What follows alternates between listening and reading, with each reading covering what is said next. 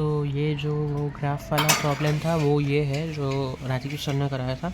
तो यहाँ पे हमको एस से लेके G1, G2 या G3 ये 3 है, इनमें से किसी भी एक में जाना है। ये हमारे तीनों में से कोई एक गोल स्टेट पे जाना है, तीनों के तीनों गोल स्टेट है। ओके, तो मैं अभी स्टार्ट करता हूँ यहाँ एस से।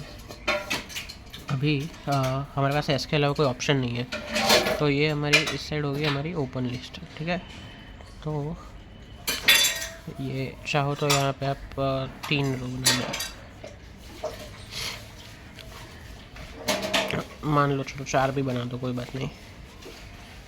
अच्छा, तो इसमें हम क्या क्या लिखेंगे? तो जो नोड है, जो इसके चिल्ड्रन है या इसके जो नेबर्स है वो लिखेंगे।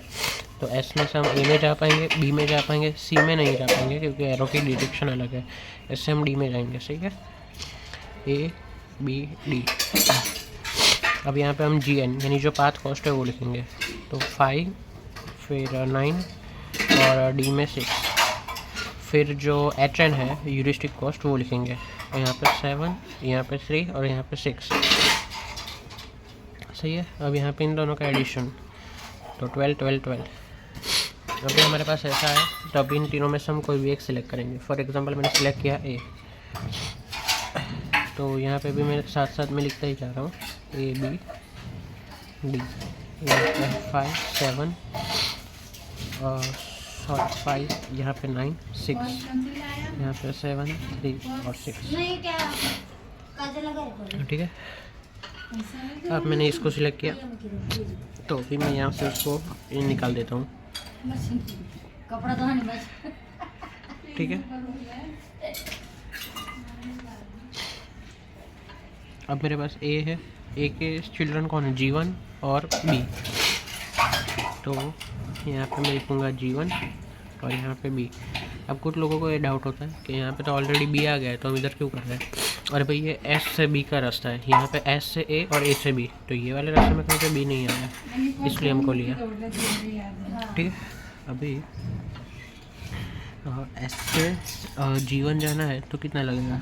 तो S से A का 5, A से G1 का 9, 5 + 9 14 प्लस इसका ह्यूरिस्टिक 0। तो यहाँ पे G1, यहाँ पे पाथ कॉस्ट लिखेंगे, तो ये हो जाएगा 14, ह्यूरिस्टिक 0, टोटल 14। वैसे यहाँ पे B का, अब B का देखो B का है S से A 5, 5 से मतलब A से B 3, तो 5 + 3 8 और इसका ह्यूरिस्टिक 3, तो हो जाएगा 11। तो यहाँ पे 8 3 11 B के लिए। अब हमने यहाँ पे ऑलरेडी 12 था और वो 12 से कम 11 आया, इसलिए हमने यहाँ पे अपडेट करके लिखा है, वरना यही का यही लिख देंगे। जैसे यहाँ डी का हम वही का वही लिख देंगे। तो अभी जैसे ये वाला जो S2B था इसमें 12 था, तो ये पाथ अभी हम लेंगे नहीं। क्यों? क्योंकि हमको 11 तो उससे सस्ता मिल गया है। तो अभी 5 और 9, यहाँ पे इसका 0 है, 5 और B के लिए 3 और यहाँ पे भी 3। अभी हमारे पास जो नेक्स्ट सबसे सस्ता है वो है यहाँ पे है हमारे पास B है, तो हम B को करेंगे। ठीक है,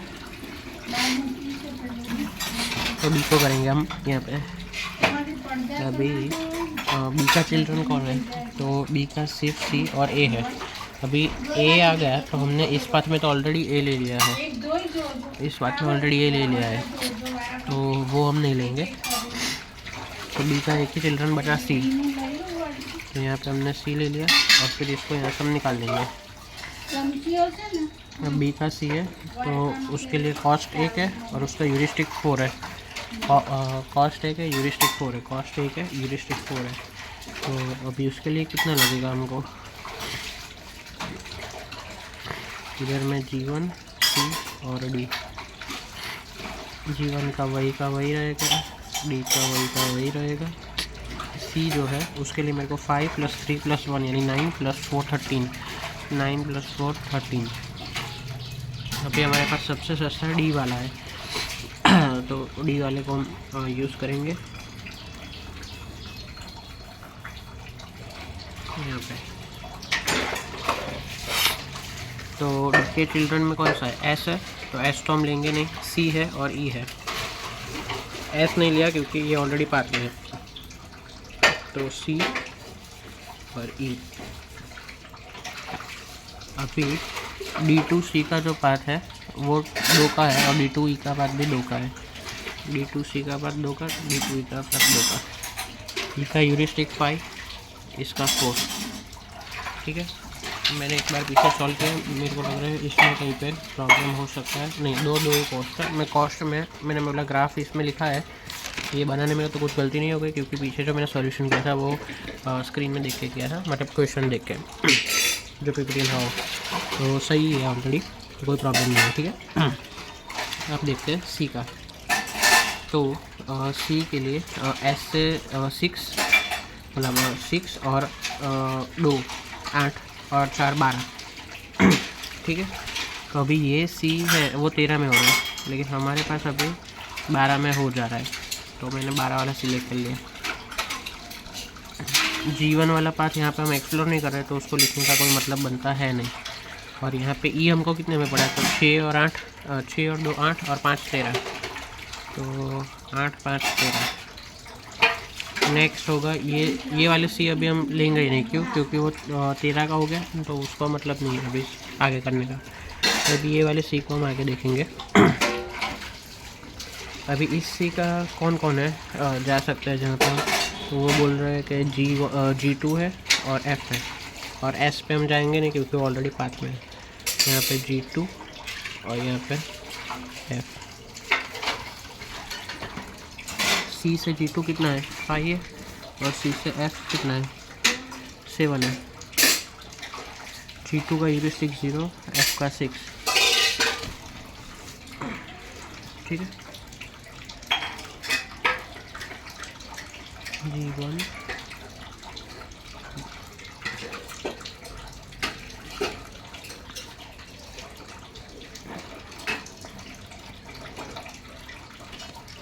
अभी देखो G2 के लिए हमको क्या लगेगा, 6 और 2 8 और 5 13 और 0, यानी 13 और 0 13 ऐसा। अब ई के लिए हमको क्या लगेगा, ई का तो वही का वही रहेगा 13 0 13, अरे सॉरी 8 5 13। और एफ के लिए क्या होगा, 6 और 2 8 और 7 15 और 6 21, 15 6 21 बराबर। तो वही हमने किया था कभी। तो हाँ, अब इसमें से छोटा कौन सा है, तो G2 छोटा है। अब जैसे अगर हमने G2 को करंट स्टेट बना लिया तो हमारा हम ख़त्म हो जाएगा, वो भी चलेगा। और फॉर एग्जांपल कोई बोले कि नहीं भाई मेरे को तो दिखाओ ई लेंगे तो क्या होगा, हाँ तो ले भाई ई लेके भी कर लेते हैं। तो ई अभी हम करंट बना देंगे। तो ई में से कौन से है उसका, तो उसका है G3। ई से सिर्फ G3 निकल रहा है, तो ई से खाली निकलेगा G3, और उसका रास्ता है 7 का और 0, 7 का और 0। तो 6 और 2 8 और 7 15 और 0। तो यहाँ पे G1 G2 G3 और F 14 0 14 13 0 13 15 0 15 15 6 21। फाइनल ये होगा। अब इसमें से भी सबसे छोटा कौन है, G2, तो G2 को करंट बनेंगे, और जैसे ये करंट बना तो ये हमारा फाइनल गोल स्टेट आ गया। और ग्राफ में भी देखो तो इन सब में से सबसे नज़दीक का गोल स्टेट कौन सा होगा, S से। तो देखो G1 पे पहुंचना है तो मेरे को 5 और 9 ऐसे ही आना पड़ेगा। तो ये 14 हो गया, यहाँ से भी आ सकता है, लेकिन ये 11 और 9 20 हो रहा है, तो काम का नहीं। तो सबसे छोटा यही है जो 14 का है।